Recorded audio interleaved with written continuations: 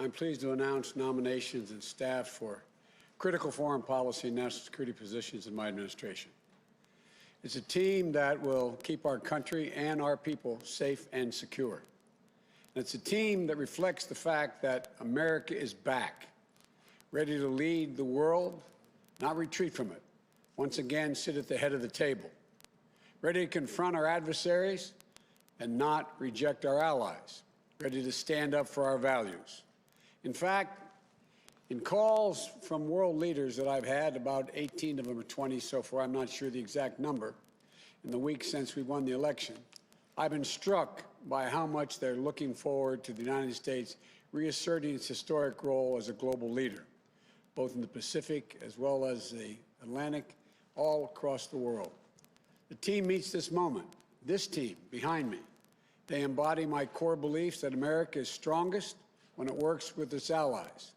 Collectively, this team has secured some of the most defining national security and diplomatic achievements in recent memory, made possible through decades of experience working with our partners. That's how we truly keep America safe, without engaging in needless military conflicts and our adversaries in check and terrorists at bay. And that's how we counter terrorism and extremism, control this pandemic and future ones, deal with the climate crisis, nuclear proliferation, cyber threats and emerging technologies that spread authoritarianism, and so much more. And while this team has unmatched experience and accomplishments, they also reflect the idea that we cannot meet these challenges with old thinking and unchanged habits. For example, we're going to have the first woman lead the intelligence community, the first Latino and immigrant to lead the Department of Homeland Security, and a groundbreaking diplomat at the United Nations. We're going to have a principal on the National Security Council whose full-time job is to fight climate change. For the first time ever, that will occur. And my national security team will be coordinated by one of the youngest national security advisors in decades. Experience and leadership, fresh thinking and perspective, and an unrelenting belief in the promise of America. I've long said that America leads not only by the example of our power, but by the power of our example. And I'm proud to put forward this incredible team that will lead by example. As Secretary of State, I nominate Antony Blinken. He's one of the better prepared for this job. No one's better prepared, in my view. He will be the Secretary of State who previously served in top roles on Capitol Hill, in the White House, and in the State Department. He delivered for the American people in each place. For example, leading our diplomatic efforts in the fight against ISIS, strengthening America's alliance and positions in the Asia-Pacific, guiding our responses to the global refugee crisis with compassion and determination. And he will rebuild morale and trust in the State Department, where his career in government began. And he starts off with the kind of relationships around the world that many of his predecessors have had to build over the years. I know. I've seen him in action. Tony's been one of my closest and most trusted advisors. I know him and his family, immigrants and refugees, a Holocaust survivor, who taught him to never take for granted the very idea of America as a place of possibilities. Possibilities. Tony is ready on day one. As Secretary for Homeland Security, I nominate Alejandro Mayorkas. This is one of the hardest jobs in government, a gigantic agency. The DHS Secretary needs to keep us safe from threats at home and from abroad. And it's the job that plays a critical role in fixing our broken immigration system. After years of chaos, dysfunction, and absolute cruelty at DHS, I'm proud to nominate an experienced leader who has been hailed by both Democrats and Republicans. Ali, as he goes by, is a former U.S. attorney, former director of U.S. Citizenship and Immigration Services, and a former DHS Deputy Secretary. Helped implement DACA, prevented attacks on the homeland, enhanced our cybersecurity, helped communities recover from natural disaster, combated Ebola and Zika. And while DHS affects everyone, Given its critical role in immigration matters, I'm proud that for the first time ever, the department will be led by an immigrant, a Latino, who knows that we are a nation of laws and values. And one more thing. Today's his birthday. Happy birthday, man. Happy birthday. He's 21. As a director of national intelligence, I nominate Avril Haines, the first woman ever to hold this post. To lead our intelligence community, I didn't pick a politician or a political figure. I picked a professional. She's eminently qualified. Former deputy director of the CIA, former deputy national security advisor to President Obama, and a fierce advocate for telling the truth and leveling with her decisions with the decision makers. Straight up. Nothing unnecessary. I know because I've worked with her for over a decade. Brilliant, humble, can talk literature and theoretical physics, fixing cars, flying planes, running a bookstore cafe, all in a single conversation because she's done all that. And above all, she gets word of a threat, if she gets word of a threat coming to our shores, like another pandemic or foreign interference in our elections, she will not stop raising alarms until the right people take action. People will be able to take her word because she always calls it as she sees it. I believe we are safer with Avril on the watch. I think she can make a great contribution. And as United States Ambassador to the United Nations, I nominate Linda Thomas-Greenfield, a seasoned and distinguished diplomat with 35 years in the Foreign Service who never forgot where she came from, growing up in segregated Louisiana. The eldest of 8, her dad couldn't read or write, but she says he was the smartest person she knew. First in her family to graduate from high school, then college. The whole world literally ahead of her, as her dad and mom taught her to believe. Posts in Switzerland, Pakistan, Kenya, the Gambia, Nigeria, Jamaica, Liberia, where she was known as the People's Ambassador. Willing to meet with anyone, an ambassador, a student, working people struggling to get by, and always treating them with the same level of dignity and respect. She was our top State Department official in charge of African policy during the Ebola crisis. She received overwhelming support from her fellow career Foreign Service officers, and she'll be at cabinet status because I want to hear her voice on all the major foreign policy discussions we have. And my national security advisor, I choose Jake Sullivan. He's once-in-a-generation intellect with experience and temperament for one of the toughest jobs in the world. When I was vice president, he served as my national security advisor. He was a top advisor to Secretary of State Clinton. He helped lead the early negotiations that led to the Iran nuclear deal. He helped broker the Gaza ceasefire in 2012, played a key role in Asian-Pacific rebalance in our administration. And in this campaign for the presidency, he served as one of my most trusted advisors on both foreign and domestic policy, including helping me develop our COVID-19 strategy. Jake understands my vision that economic security is national security, and it helps steer what I call a foreign policy for the middle class, for families like his growing up in Minnesota, where he was raised by parents who were educators and taught him the values of hard work, decency, service, and respect. What that means is to win the competition for the future, we need to keep us safe and secure and build back better than ever.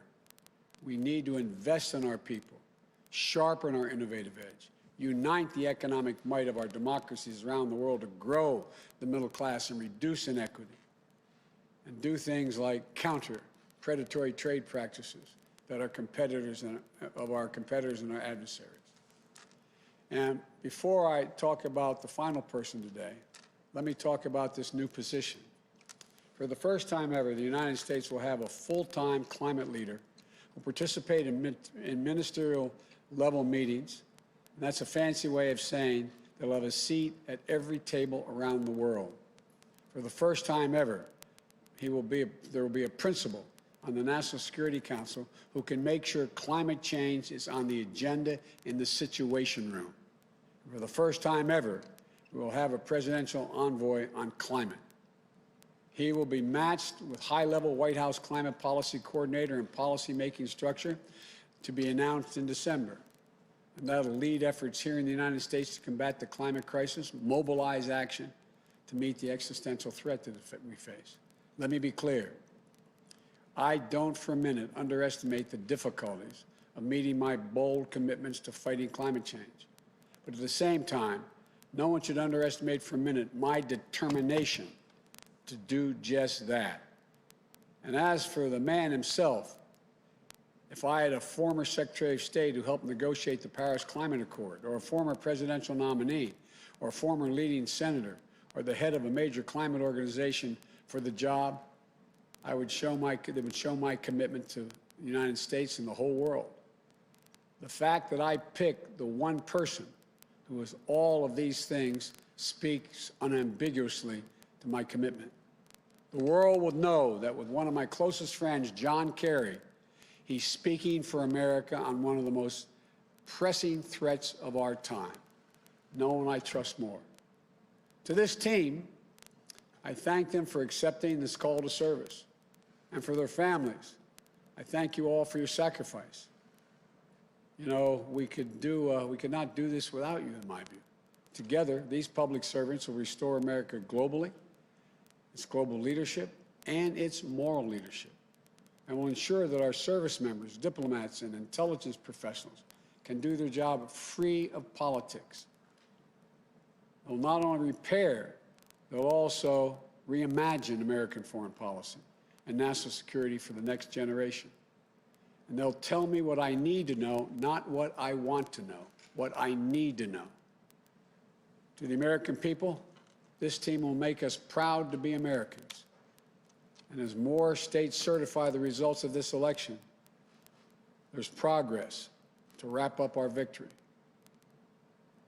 You know, I'm pleased to have received the ascertainment from GSA to carry out a smooth and peaceful transition of power, so our teams can prepare to meet the challenges at hand, to control the pandemic, to build back better, and to protect the safety and security of the American people. And to the United States Senate, I hope these outstanding nominees received a prompt hearing and that we can work across the aisle in good faith to move forward for the country. Let's begin that work to heal and unite. To heal and unite America as well as the world. I want to thank you all. May God bless you. May God protect our troops. And now I turn this over, this new team, starting with our next Secretary of State, Antony Blinken. Get my mask here, Tony, so I don't get in trouble. And we're going to clean off the podium.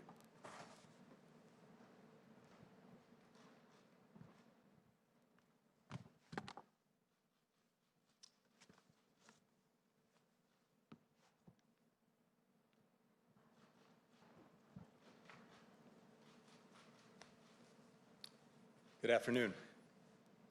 Mr. President-elect, Vice President-elect Harris, thank you for your trust and your confidence.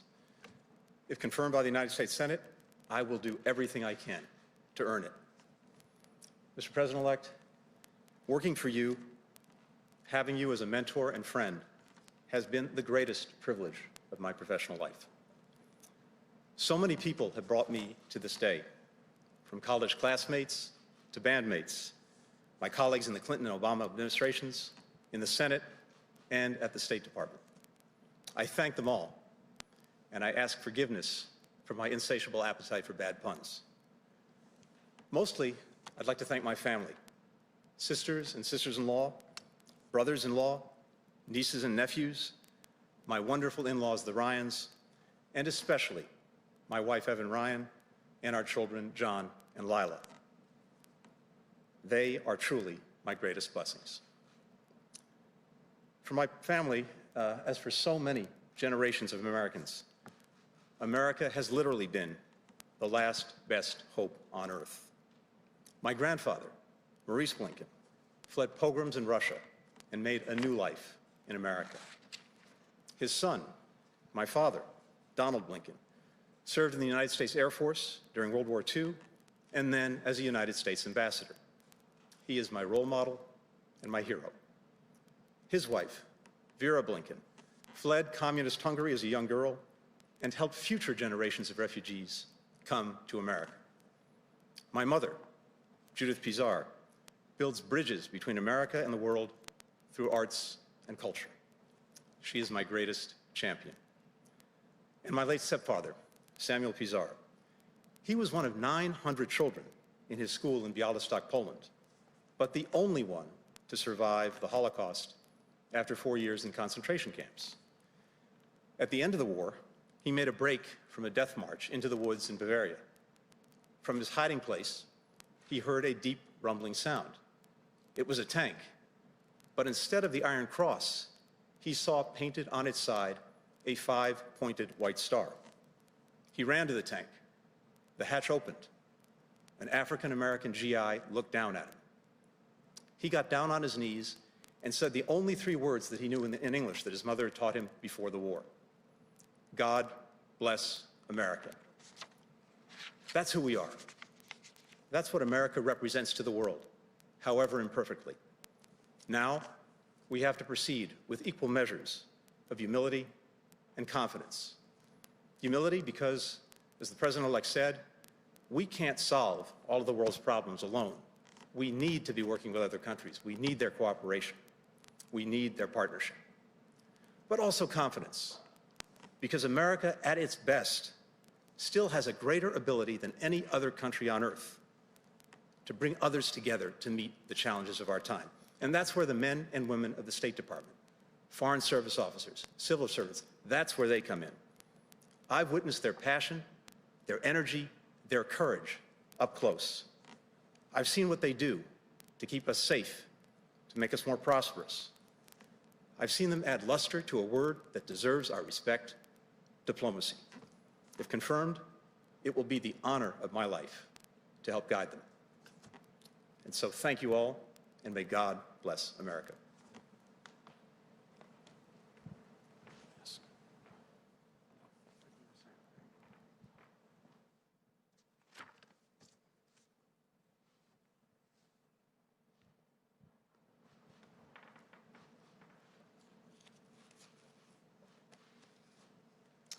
Good afternoon, Mr. President-elect, Madam Vice President-elect.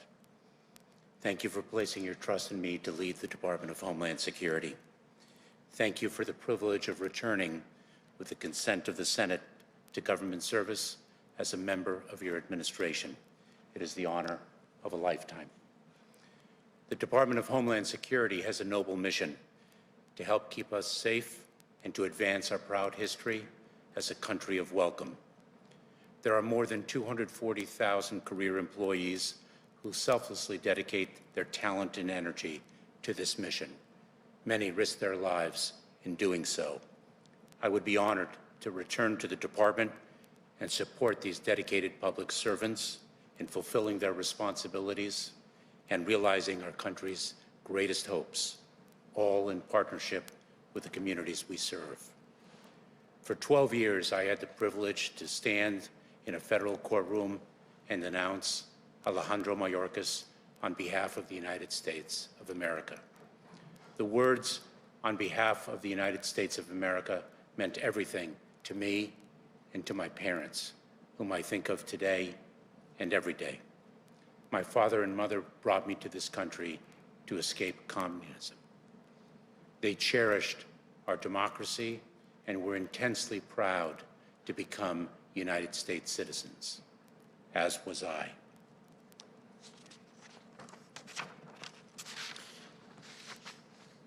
I have carried that pride throughout my nearly 20 years of government service and throughout my life.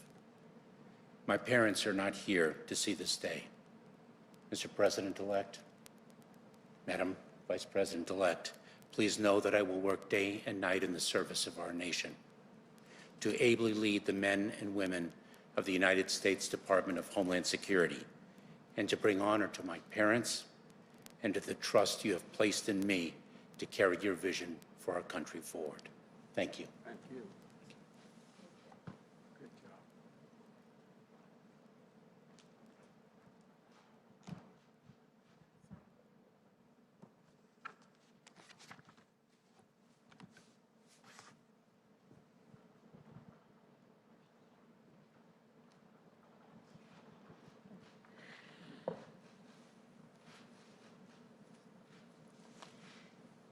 Mr. President-elect, Madam Vice President-elect, I am grateful and even more so humbled by the trust that you placed in me for this role. I'm especially honored to be standing not only by your side, but also alongside some of the most talented and inspiring public servants this country has ever seen. I know, Mr. President-elect and Madam Vice President-elect, that you have selected us not to serve you, but to serve on behalf of the American people, to help advance our security, our prosperity, our values, that the call to service in this role is what makes this nomination such a tremendous honor. If afforded the opportunity to do so, I will never forget that my role on this team is unique. Better than that of a policy advisor, I will represent to you, Congress, and the American public, the patriots who comprise our intelligence community. Mr. President-elect, you know that I have never shied away from speaking truth to power, and that will be my charge as Director of National Intelligence. I've worked for you for a long time, and I accept this nomination knowing that you would never want me to do otherwise, and that you value the perspective of the intelligence community, and that you will do so even when what I have to say may be inconvenient or difficult, and I assure you there will be those times. And finally, to our intelligence professionals, the work you do, oftentimes under the most austere conditions imaginable, is just indispensable.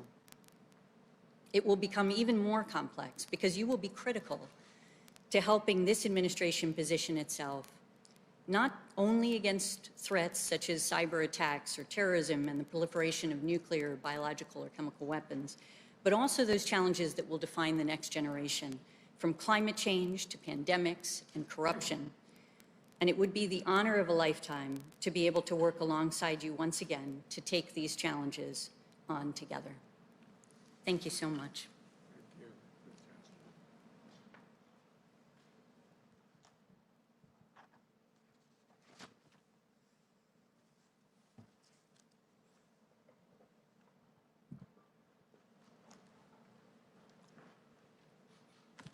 Good afternoon. Mr. President-elect, Madam Vice President-elect, I'm humbled and honored by the trust that you have placed in me to become a member of your cabinet as ambassador to the United Nations. In the years that I've worked in government, I'm always struck by how only in America would we be where we are today, where life can be hard and cruel, but there's hope in the struggle. There is promise in our dreams, where you learn to believe in yourself and that anything is possible. Like both of you, I learned from my family. Mr. President-elect, thank you for those generous words that you said about me. My parents had very little back in Louisiana where I grew up, but they gave me and my siblings everything they had. And I know how proud they would be of this day. On this day, I'm also missing my mentor, Ambassador Ed Perkins, who served as the U.S. Ambassador to the United Nations under President George H.W. Bush and President Clinton, and who was also from Louisiana. He told me constantly, Linda, don't undersell yourself. And he would always do everything possible to lift me up. He passed away last week, but I know he's here with us today. And on this day, I'm thinking about the American people, my fellow career diplomats and public servants around the world. I want to say to you, America is back. Multilateralism is back. Diplomacy is back. Mr. President-elect, I've often heard you say how all politics is personal, and that's how you build relationships of trust and bridge disagreements and find common ground. And in my 35 years in the Foreign Service across 4 continents, I put a Cajun spin on it. I called it gumbo diplomacy. Wherever I was posted around the world, I'd invite people of different backgrounds and beliefs to help me make a roux and chop onions for the Holy Trinity and make homemade gumbo. It was my way of breaking down barriers, connecting with people, and starting to see each other on a human level. A bit of lagniappe is what we say in Louisiana. That's the charge in front of us today. The challenges we face, a global pandemic, the global economy, the global climate change crisis, mass migration and extreme poverty, social justice, are unrelenting and interconnected, but they're not unresolvable if America is leading the way. Thank you.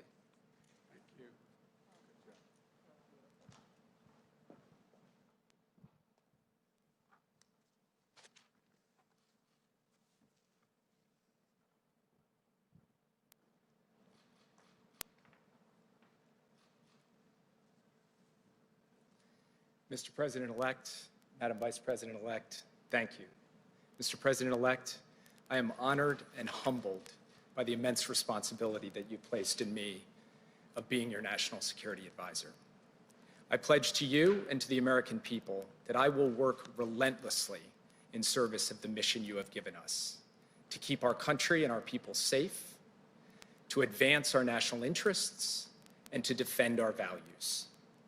I pledge to the exceptional national security team you see behind me, and to the brilliant and diverse career professionals across our government, that I will manage a humane and rigorous decision-making process that honors their work. And I pledge to my parents, who taught my brothers, my sister, and me to work hard, tell the truth, and serve others, that I will do my utmost to make you proud. Sir, we will be vigilant in the face of enduring threats, from nuclear weapons to terrorism. But you have also tasked us with reimagining our national security for the unprecedented combination of crises we face at home and abroad: the pandemic, the economic crisis, the climate crisis, technological disruption, threats to democracy, racial injustice, and inequality in all forms. The work of the team behind me today will contribute to progress across all of these fronts. You have also tasked us with putting people at the center of our foreign policy. You've told us that the alliances we rebuild, the institutions we lead, the agreements we sign, all of them should be judged by a basic question: will this make life better, easier, safer for families across this country? Our foreign policy has to deliver for these families. And perhaps most importantly, you've tasked us with helping unite America, as you said in your remarks, through our work, to pull people together to tackle big challenges. My wife, Maggie, the love of my life and my partner in all things, served as a senior advisor to Senator John McCain. She and I shared this commitment to common ground deep in our bones. To the American people, I had the honor of serving as Joe Biden's national security advisor when he was vice president. I learned a lot, about diplomacy, about strategy, about policy, but most importantly, about human nature. I watched him pair strength and resolve with humanity and empathy. That is the person America elected, and that is also America at its best. So, Mr. President-elect, thank you for giving this kid from the heartland an extraordinary opportunity to serve the country I love.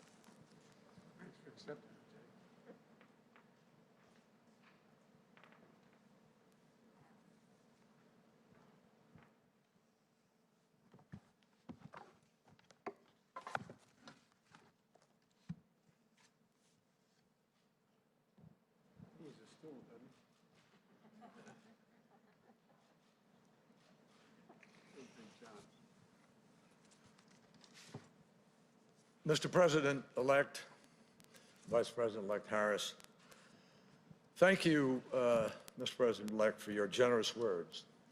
And most of all, thank you for the trust and the responsibility of this appointment.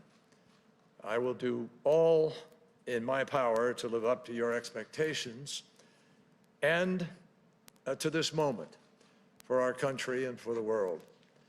And I begin by thanking my family for empowering me and encouraging me to take this task on. Secretary-designate Blinken, we've worked together for many years on the Foreign Relations Committee and at Foggy Bottom, and it will be a huge pleasure to partner with you again. You will be a terrific secretary. Mr. President-elect, you've put forward a bold, transformative climate plan. But you've also underscored that no country alone can solve this challenge. Even the United States, for all of our industrial strength, is responsible for only 13% of global emissions. To end this crisis, the whole world must come together. You're right to rejoin Paris on day one, and you're right to recognize that Paris alone is not enough. At the global meeting in Glasgow 1 year from now, all nations must raise ambition together, or we will all fail together. And failure is not an option. Succeeding together means tapping into the best of American ingenuity, creativity, and diplomacy, from brain power to alternative energy power, using every tool we have to get where we have to go. No one should doubt the determination of this president and vice president. They shouldn't doubt the determination of a country that went to the moon, cured supposedly incurable diseases, and beat back global tyranny to win World War II. This kind of crisis demands that kind of leadership again, and President Biden will provide it. The road ahead is exciting, actually. It means creating millions of middle-class jobs. It means less pollution in our air and ocean. It means making life healthier for citizens across the world. And it means we will strengthen the security of every nation in the world. In addressing the climate crisis, President-elect Joe Biden is determined to seize the future now and leave a healing planet to future generations. 57 years ago, this week, Joe Biden and I were college kids when we lost the president who inspired both of us to try to make a difference. A president who reminded us that here on earth, God's work must truly be our own. President Joe Biden will trust in God, and he will also trust in science to guide our work on earth to protect God's creation. Mr. President-elect and Vice President-elect Harris, I look forward to getting to work. Thank you.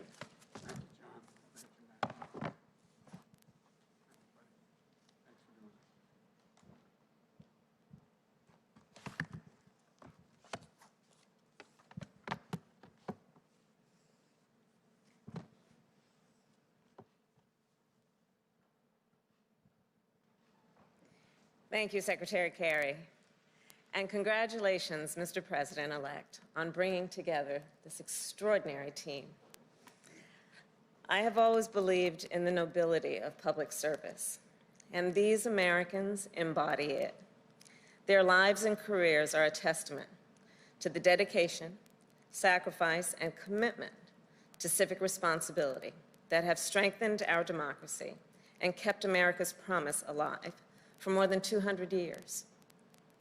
President-elect Biden and I have long known that when we were elected, we would inherit a series of unprecedented challenges upon walking into the White House.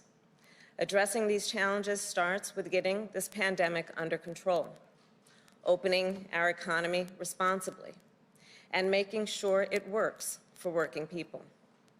And we also know that our challenges will require us here at home to overcome those issues that block our ability to proceed.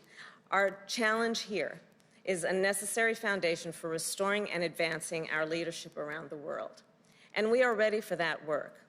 We will need to reassemble and renew America's alliances, rebuild and strengthen the national security and foreign policy institutions that keep us safe and advance our nation's interests, and confront and combat the existential threat of climate change that endangers us all. I take these issues very seriously. My whole career has been about keeping people safe, from serving as district attorney to California's Attorney General to the United States Senate, where I have served on the Intelligence and Homeland Security committees. I have come to know firsthand the gravity of the challenges and threats facing the United States. And over the past few months, I have also come to know the sound judgment, expertise, and character of the people on this stage. I can say with confidence that they are, to a person, the right women and men for these critical positions. And I look forward to working alongside them on behalf of the American people and on behalf of a president who will ask tough questions, demand that we be guided by facts, and expect our team to speak the truth, no matter what. A president who will be focused on one thing and one thing only, doing what is best for the people of the United States of America. When Joe asked me to be his running mate, he told me about his commitment to making sure we selected a cabinet that looks like America, that reflects the best of our nation. And that's what we have done. Today's nominees and appointees come from different places. They bring a range of different life and professional experiences and perspectives. And they also share something else in common, an unwavering belief in America's ideals, an unshakable commitment to democracy, human rights, and the rule of law. And they understand the indispensable role of America's leadership in the world. These women and men are patriots and public servants to their core. And they are leaders, the leaders we need to meet the challenges of this moment and those that lie ahead. Thank you. Thank all of you for accepting. We appreciate it. Thank you. All right. Thank you, folks.